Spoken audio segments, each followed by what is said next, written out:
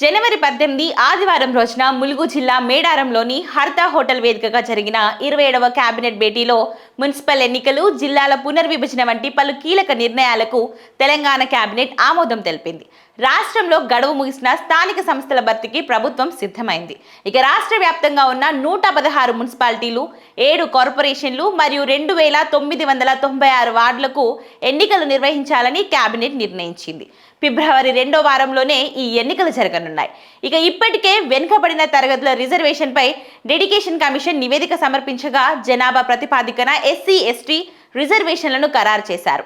మహిళలు, బీసీలకు లాటరీ పద్ధతిలో స్థానాలను కేటాయించనున్నట్లు ప్రభుత్వం వెల్లడించింది. రాష్ట్రంలో జిల్లాల పునర్విభజనపై గత కొంతకాలంగా సాగుతున్న చర్చకు కేబినెట్ పరిష్కారం చూపించింది. జిల్లాల పునర్వ్యవస్థీకరణ కోసం ఒక రిటైర్డ్ జడ్జి నేతృత్వంలో కమిషన్ను ఏర్పాటు చేయాలని నిర్ణయించారు. శాస్త్రీయంగా ప్రజల సౌకర్యార్థం జిల్లాల సరిహద్దులను మార్చడం లేదా కొత్త జిల్లాల ఏర్పాటుపై ఈ కమిషన్ అధ్యయనం చేయనుంది.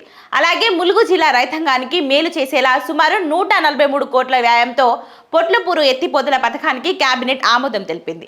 ఇక హైదరాబాద్ మెట్రో ఫేజ్ 2కు సంబంధించి భూసేకరణ కోసం 2787 కోట్లు కేటాయించేందుకు గ్రీన్ సిగ్నల్ ఇచ్చారు. దీనివల్ల మెట్రో విస్తరణ పనులు వేగవంతం కానున్నాయి.